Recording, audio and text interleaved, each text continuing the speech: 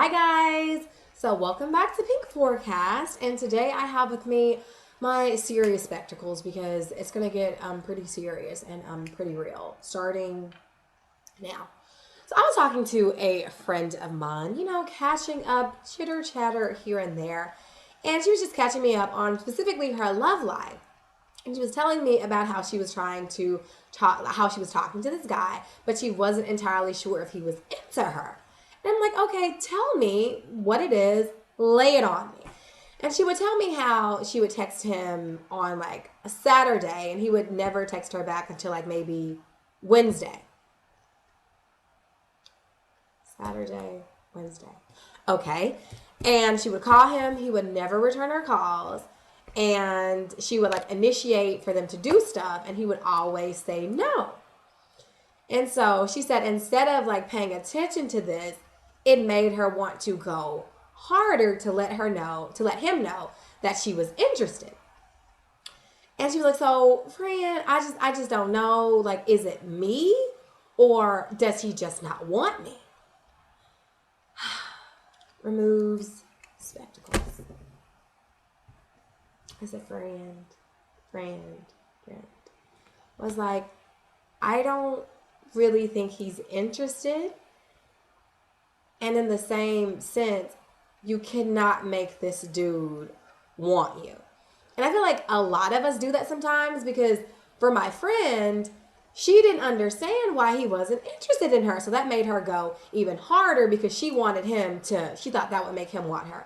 If it's one thing I have learned by being on this earth 20 years, it is that you cannot make anybody want you. I don't care how many texts you send, how many calls you how many times you call that person, how many times you offer to go pick up that Zaxby's plate. You cannot make a person want you if they don't want you. And that is not a reflection on you. It doesn't mean anything is wrong with you. It just means that that person is not interested, and that's okay. That is okay. I guarantee you, Betty may not want you, but Bernice probably do. So that doesn't mean anything is wrong with you. So stop thinking that. And that's what I had to tell my friend. And I also had to tell myself that because I was literally in that exact same situation. I was really feeling this guy. I would text him and he would text me back, oh, I don't know, 22 hours later. Each time. And sometimes he wouldn't text back at all. And so instead of me just like catching a hint, like, okay, April, maybe this guy isn't really feeling you like that, it made me want to go harder because I wanted to convince him that, oh, okay, well, maybe this will make him like me. But no. The guy just didn't like me for whatever reason. And that's something I had to tell myself. If a person doesn't see all that I have to offer or all that I have to bring to the table, that's not my problem. That's their loss. But you should not have to bend over backwards to make somebody see that you are worth their time. You are worth those texts. You are worth those calls. If he or she can't see that, okay, you pack up your nice little tablecloth and your basket and your table and you carry on. But you should never have to convince somebody that you're worth it or try to make someone want you because that's something you have no control over. But like I said before, that's not a reflection on you. It doesn't mean anything is wrong with you. Maybe, well, there's no, like, cut the maybe out. That's just not the person for you. And that's okay, but don't be out here trying to bend over backwards because you think getting him those American Deli plates or buying her that Michael Kors watch is going to make them want you.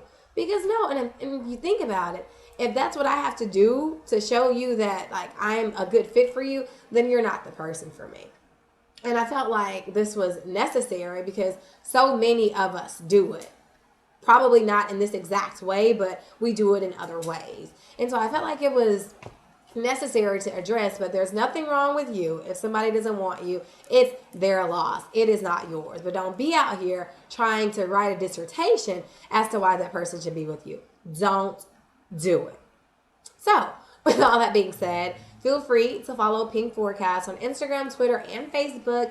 And as usual, if there's anything you want me to talk about, just let me know and I will consider it. And to let you know that I'm serious, I'm putting on my spectacles. So thanks for watching Pink Forecast, and I will see you next time.